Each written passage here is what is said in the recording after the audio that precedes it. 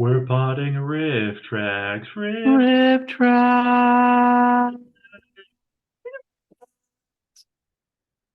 And Jesse, do you want to know what this thing about Rifftrax is?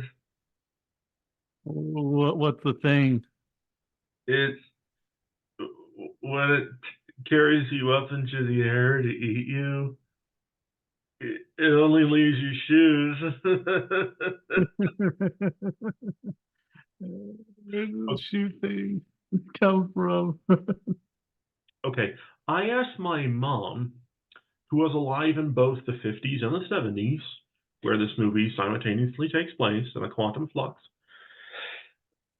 And I asked her, is this a reference to something? Is that like from a shoe commercial or something? And she said, I don't know what that means.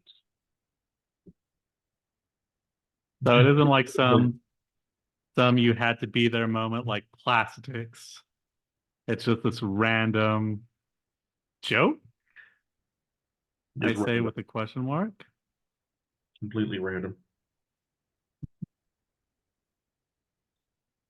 Let's see, we're going to go over a plot summary right here from the good folks at Wikipedia. Wikipedia got some use. Let's see. A high school biology class receives a visitor who is a good friend of their teacher. He tells them of an encounter that he and the teacher had 15 years before while searching for Indian artifacts in a nearby mountain. They find a mummified corpse in a cave that resembles a rough-hewn statue. The mummy is brought back to their lodge and breaks out of its wrappings.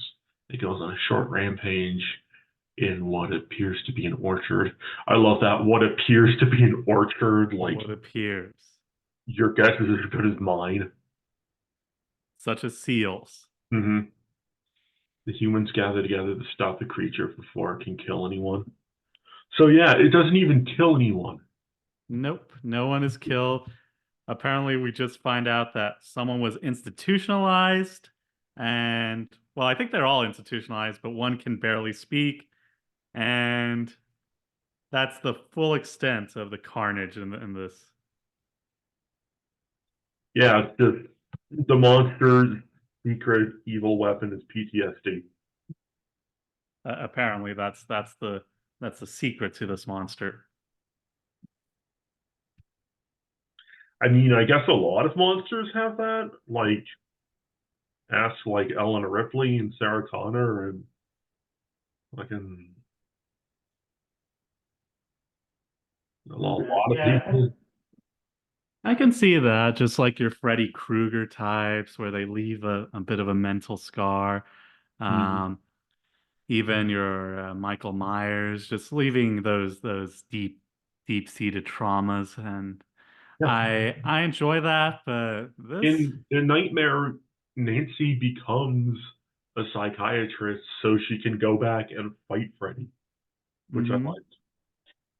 I mean that doesn't seem like the healthiest coping mechanism, and she might know that as a psychologist, but you know, I've never also fought someone with a knife hand, so that shows the breadth of my experience. In your dreams or in real life? I mean, I did come pretty close to that in real life, but in my dreams, they're pretty cool. Hmm. I would have to Except, agree. except I'm naked in front of the class and my teeth fall out. Heat Fallout, that's a new one.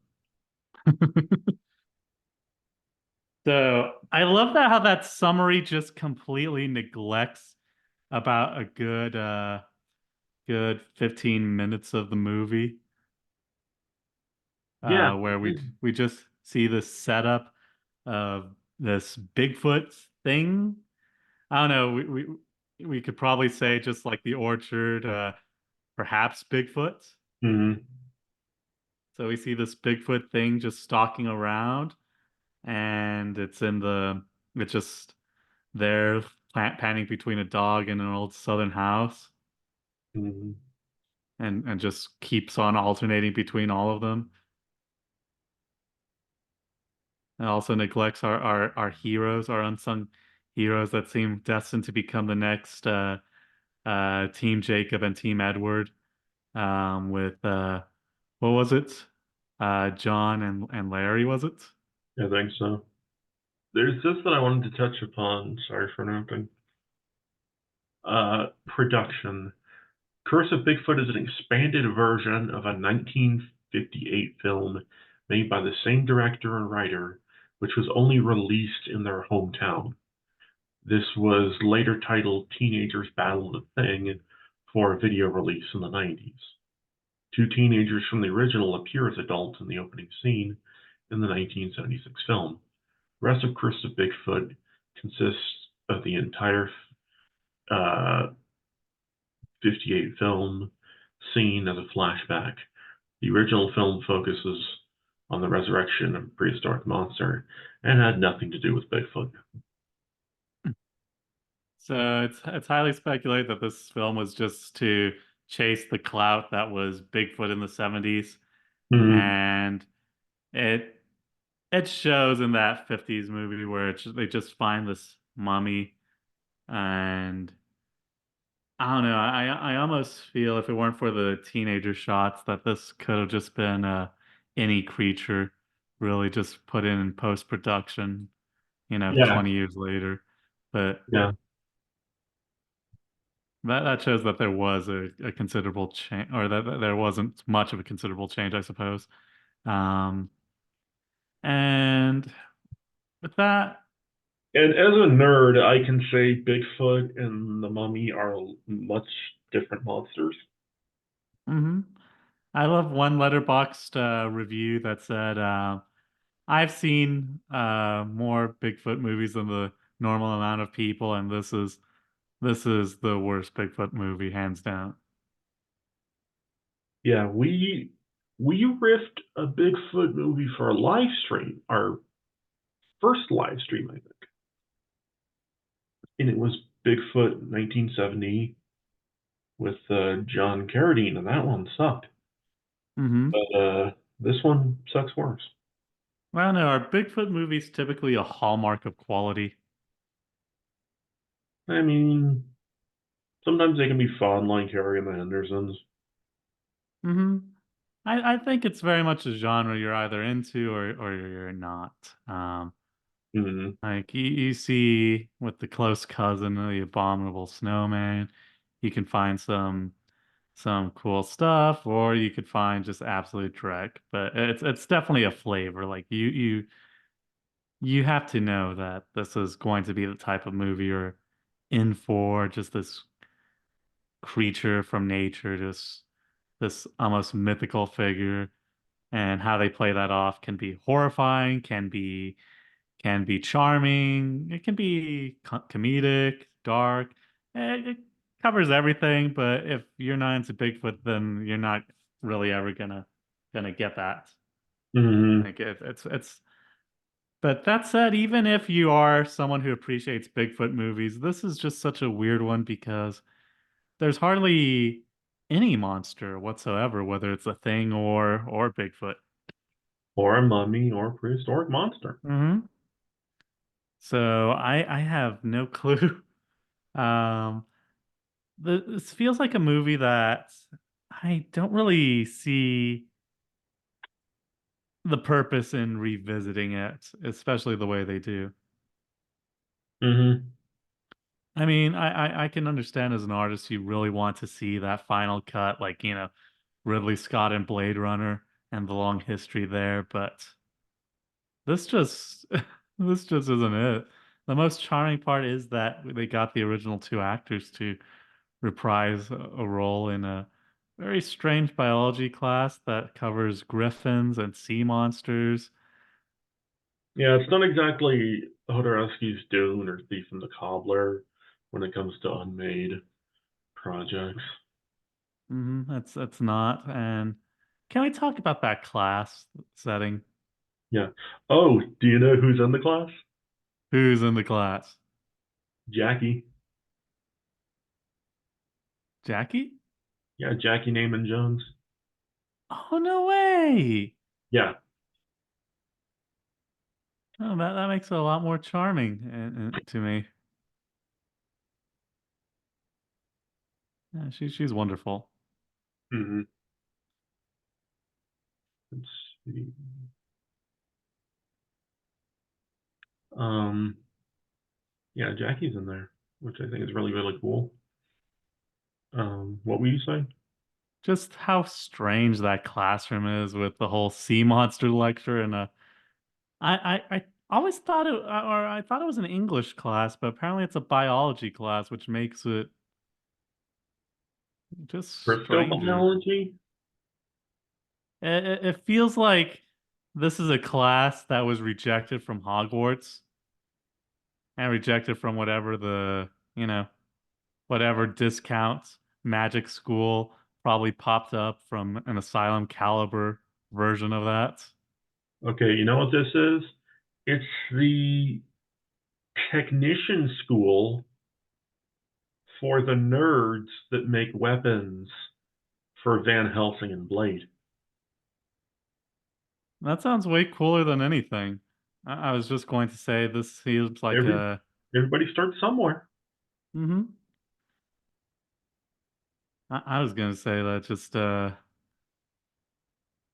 just D&D taking almost an L. Ron Hubbard type approach of legitimization Mm, of it. That's clearly fantastic world.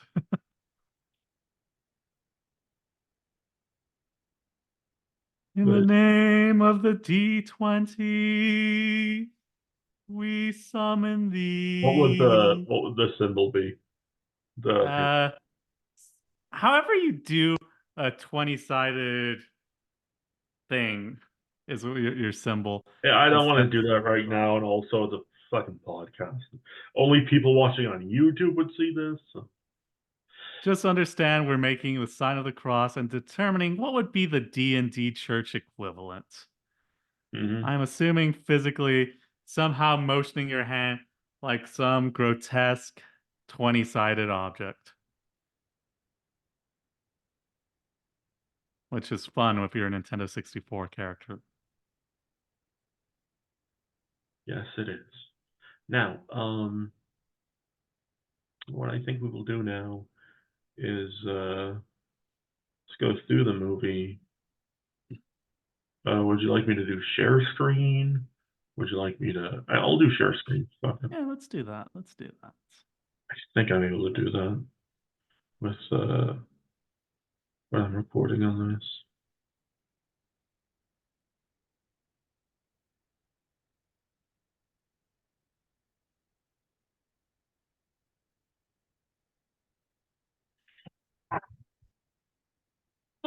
Also, I really hope Kevin colonoscopy went well. Yeah, of course. There's Kevin's colonoscopy. Uh, Prehistory, which 70s prehistory has a look to it that God, I love. Like there's like a sweet spot, like into the 70s, beginning of the 80s, where things were just still kind of muddy and disco-y. And Mm-hmm. I I can't describe it, but it really is, interesting. Let's see, we go a little farther, and little ragu is spilled. Mm-hmm.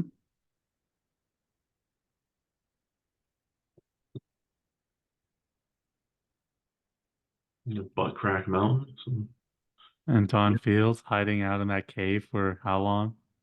Okay, here's the thing. This is supposed to be taking place at night. I can understand this scene is supposed to be taking place at night. I can understand day for night, stuff that you do to make it look like night. One of the things you shouldn't do is point up at the fucking sun. And that's exactly what the directors have done by choosing to focus on the sun. You even see the glare on the camera. I assume it's supposed to be a full moon, but it really just looks like a very poorly saturated Hmm. shot that no one would think is night except maybe a very liberal cartoonist. Yeah. It, yeah, the darkness, it's kind of like how I imagine some cities in China looking when, like, the air, the thick air. I to be fair, if there's enough dust in the air, I can kind of see that, and maybe it's early day or late evening, but otherwise, that's the sun. There's no mistaking it for any other Yeah, I know. celestial object. I know, like that's the sun, but it's like sometimes uh the pollution can make stuff darker. Oh yeah, definitely. But it still looks like the sun, which is the problem for this day for night shots. Mm-hmm. Like it is not the moon, it is clearly the sun. Nice house. Nice 70s house.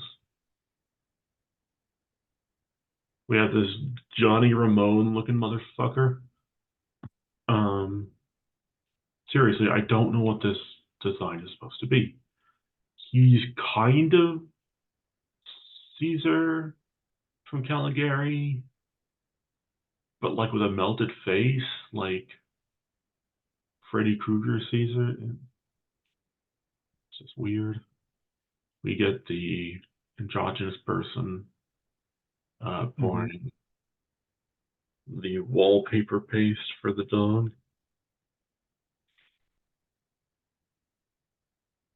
Looks a lot like David Cassidy.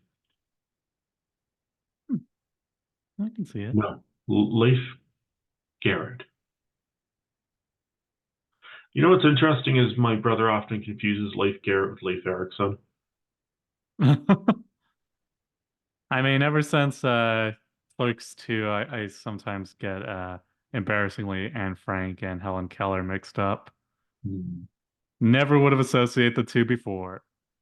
Thank you, Kevin Smith, for making me look like an idiot in front of certain places. Just like Randall.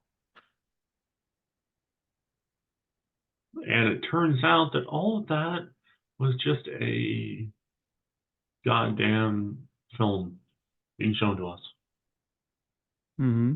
And it's in the really bizarre class, which, okay, I am a fucking monster nerd.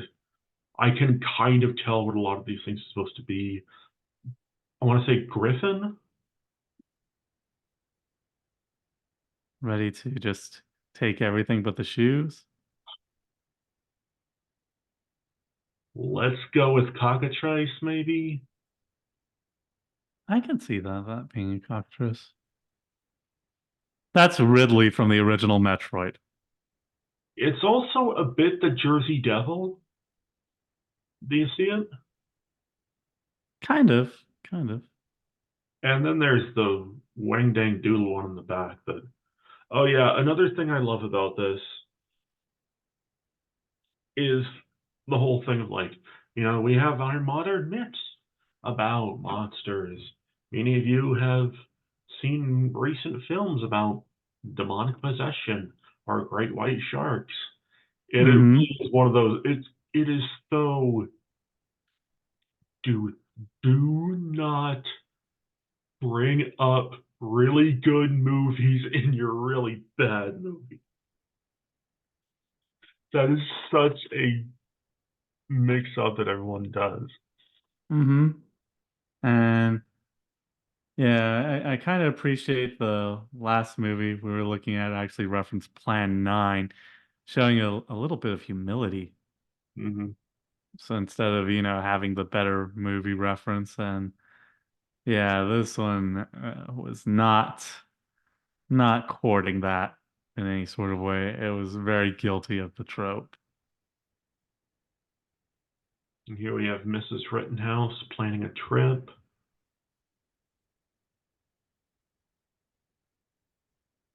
This guy who Uh, may or may not have existed, finding Yeah, there's a lot of shaky logic and even shakier science. Yeah, it's about 14 minutes in, no sign of quote unquote Bigfoot. I love how it doesn't really start. Let's start at the beginning, begins like at the 30-minute mark. Mm. So we're still some way. We're still several logs away from getting there. This is just about logging. I hope you love logs because this movie loves logs too. John Crickfalusi. Okay, there's a lot of stuff that John Crickfalusi would cream to that I don't want to talk about, but with the amount of logs in this is up there. He's got wood. Oh yeah, yeah. And then there's those There's sexy studs who are their own police sketch. Larry, Daryl, and Daryl. This guy who looks kind of like if R.P. McMurphy was a goblin.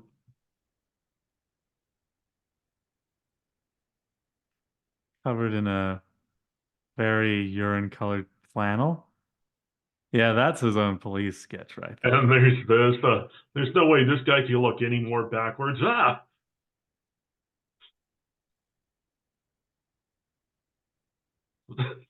He looks like he's the sexiest man in his town of 60 people. yeah. Or he looks like a jaunty bard about to regale us. I could see that if it weren't for the admittedly nice green flannel. I mean, the 60s and the medieval times, a lot of stuff lined up. Not going to say it didn't. Don't question me on what I'm saying. God, this is a lot of wine. And So 25 minutes, we are back at the fucking thing. and did they ever connect that thread with anything? I don't believe so. On the far right, I see it. that is Jackie. I see Um, it. Also, Napoleon Dynamite too on the far left. I think I'm gonna make this my the centerpiece for the goddamn sign. Give Jackie her credit. Yeah, we have Mr. Comedian right here with his puka shell necklace. Chuck, Mm-hmm. look at him laughing, that son of a bitch. But of course, this lovely young woman gets lectured by James Urbaniak for misusing terms.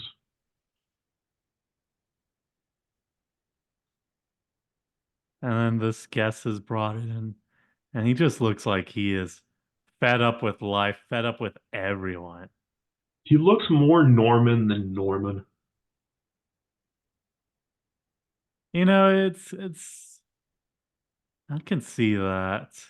Um, and this is their first Rifftrax Norman, isn't it? I think so. Okay, Like, this is where it sounds really weird. I might cut this out. When I think about these two characters, this guy and Norman, Norman would have an easier time getting hard. Do you know what I mean? I'm not too sure. Which way are we going with? Are we going with the street hard, or are we doing what the guy with the flannel looked like hard? The thing with the pantaloons hard. Yeah, that said, I can see it getting if we are going to go this route, I can see him getting hard, reaching for the thing, and oh wait, suddenly it's gone, and he lets out his famous existential dread sigh. This guy, on the other hand, looks like he needs copious amounts of pills to even have the slightest chance of getting any feeling there. Copious pills and Final Fantasy fanfic. He's got some disturbing fetish, and I can definitely say it's for when those fanfics reach into the Kingdom Hearts section. Hmm. That or he's about to say something very anti-mutant. Oh yeah, God, look at him. Although Mm-hmm. he does look a bit like Morph. Are you getting it? I can see that, A just little bit of Morph. older. Maybe Morph's imitating Senator Kelly and just finding a middle ground. This is the Yeah, transition phase. that's a good description. He's even closing one eye, so it's like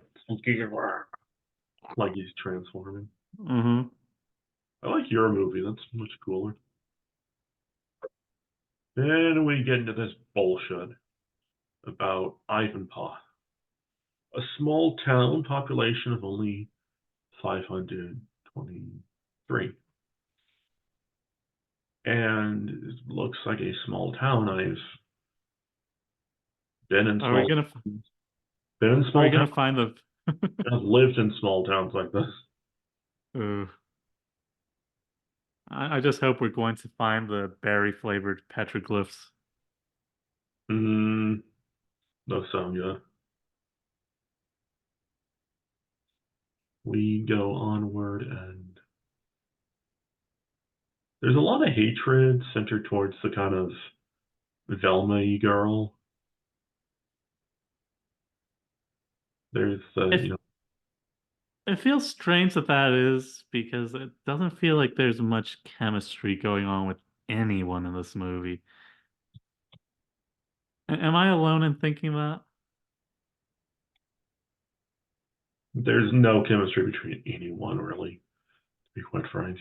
I think all chemistry that there might be goes out the window when we lose the weird morph guy, because at least he can deliver lines. Not well, but he can deliver them. Yeah, there's this of them posing like morons. This movie moseys and dilly dallies. Not much happens. We Honestly, say this oh, go ahead. we say this I think a lot when we feel a movie has nothing happening, but this might be the most egregious one. It's like someone took all the plot elements out of Lord of the Rings and just left all the walking shots. Yeah. And we eventually get to the top of the mountain and pry this little thing off that is a big thing when we go down. And we meet this very kind of rough, amorphous looking uh, preserved body. Who we know is Nick Nolte. Yeah. Yeah, hawking up some lung butter. Jesus, there's a lot of. Okay, people watching this on YouTube can see how fucking long these scenes are. Also, I It's just love when these teenagers get the corpse and the Rifftrax groups start saying, "We'll spin the bottle, but with the mummy," and just all the Mhm. different ways to defile the body. Let's get this thing to buy us beer at the liquor store. Yeah, I do like. I think it was back here. And it's Oh careful with yeah, life's work. the Beavis and Or Butthead impression that one of them does. yeah, that was a good little moment. Get him, Butthead.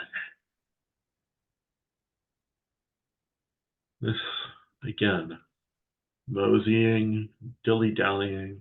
This movie literally has a scene of leisure, just sitting there like sacks of potatoes and dead batteries. Which, let's be honest, that kind of feels like the whole movie, but surprisingly isn't. This is a surprisingly active movie. This is about as much of an action movie. No, I was gonna say this is about as much of an action movie as Clerks. No, Clerks has a several second chase scene and a fight scene. So this has And a really hockey game. the hockey game and a Um, yeah, riot. it's very active, but even though it's very active, it feels like the kind of active like running in place on a treadmill, Hmm. going nowhere. So it's not an action movie, but it's surprisingly active where people are walking from location to location, but they do nothing for the most part. Most of this movie just revolves around uh, getting a soda, literally. We have these scenes of just people walking, and I think they turn the damn uh, air up because I think that's what breaks the monster out of its captivity. Hmm. You have the blood red scene featuring Bozo the Clown. A lot of this stuff seems like it's taken bit from bit. It's a movie loaf. Find the get their posse together. Let's be honest. As we head towards the ending just makes it all worthwhile, doesn't it? Yeah, the creature which comes out hasn't killed, hasn't maimed. It comes out. They shoot it several times. Well, first they pour gasoline over like a Gator, like a athlete being covered in Gatorade. Yeah, we're watching it right now with the sound off. This is a. I'm not going to say it's a chilling scene, but it's a scene that makes you go like, Jesus. I thought it was hilarious. Yeah, So they shoot at it, they throw two barrels of gasoline at it, and then suddenly they get a flare and are ready to toss it. and it's like a scarecrow that's burning. Like that's the props that they made. Which I guess And if you're making a movie that's not released anywhere outside of your own hometown, fuck it, that's a good enough special effect. mm-hmm. And I think it even gets an immolation joke from Bill. Yeah, they like the immolation jokes. They're they can get dark sometimes. And that's literally it. We don't even flash back to the original teachers telling the story. And they set it up like it's filled with so much trauma, like it's such a heavy thing to unload. Hmm. And then we get that as the ending, and this, you know, I really want to see what the classroom looked like or what exactly was that. I imagine by if we were to flash back, the guest speaker would have tons of paper airplanes all over him, be covered in spit wads, and still Hmm. have the same ultra serious demeanor. Hmm. That's one thing I love about this is just how the riffers keep on pointing out. Remember, this is a story being told, and just describe the various shots and just these because it holds on to all these action scenes that would have been considered action scenes in the 1900s at the beginning of film, when someone just walking across the screen would be considered Yeah, action. like the penny arcades with the kinetographs. Hmm. That's the kind of action this movie sees. It's not static for the most part, but it's the lowest form of action. And I say this as someone who actually has not seen a single Fast and Furious movie, so maybe my opinion will change. But you've seen all of Doctor Who, so you are well aware of making a little out of a lot when it comes to a budget. Frontier in space, eat your heart out. This is much more of a drag than that.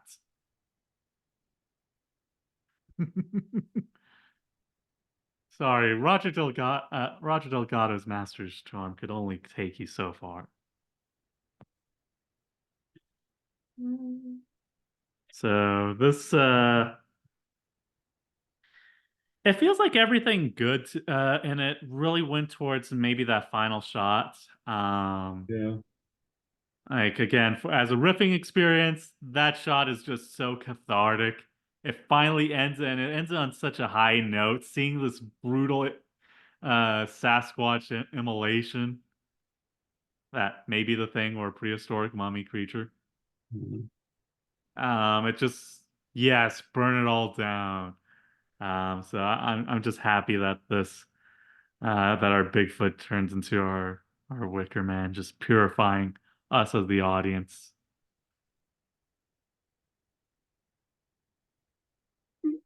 Yeah.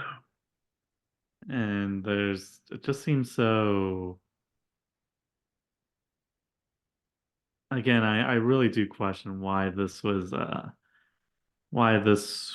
really elevated to revisit your past works if you can see that it's not even narratively satisfying because it's not bookended by these teachers.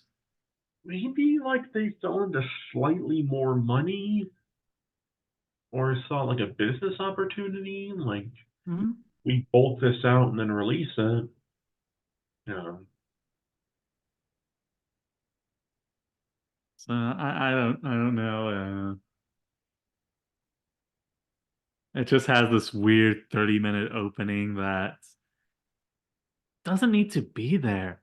Again, we're just getting started at the 30-minute mark, and then we're two-thirds of the way through the movie when we finally get to our mummy, Bigfoot, prehistoric, whatever. Mhm. So it's just a whole lot of Weird. nothing. Just weird. The dialogue, I feel George Lucas can easily write better dialogue Yeah. in his sleep. The dialogue just seems so casual in a way that is dull. So what would you say are like your final thoughts about this, or are those your final thoughts? In terms of the movie, this is just a whole lot of nothing. It's just a movie. It's just nothing. And it's not particularly offensive. It's not particularly harsh. So I'm not going to say, oh, it's any of those things. It just feels like kind of almost screensaver or Yule log, just something you'd have in the background that's just inoffensive as a sci-fi horror movie, but really just nothing of substance. But as a riff, this makes such a fun vehicle to tell jokes. Yes, it does. How It's so many times doesn't Bill just say "the curse of Bigfoot" as all these yeah, logs have on screen, all these different objects? This is surprisingly a great riffing vehicle and shows how a very boring movie can be great fodder for this. yeah. So with Is that, there's like just that's not an always the case. Mhm, We know that from mhm. doing manglers, but yeah, like the boring movies can really beat the kryptonite. So yeah, boring movies can either be make for a boring riff, or can, if they have like all these logical inconsistencies like this movie, be a gem weirdly.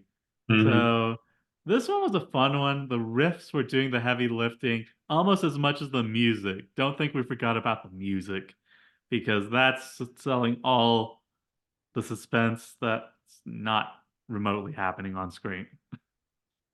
Hmm. So I love the riffs. It really makes it for a fun experience in a way that the movie definitely couldn't provide. Yeah, I think so too.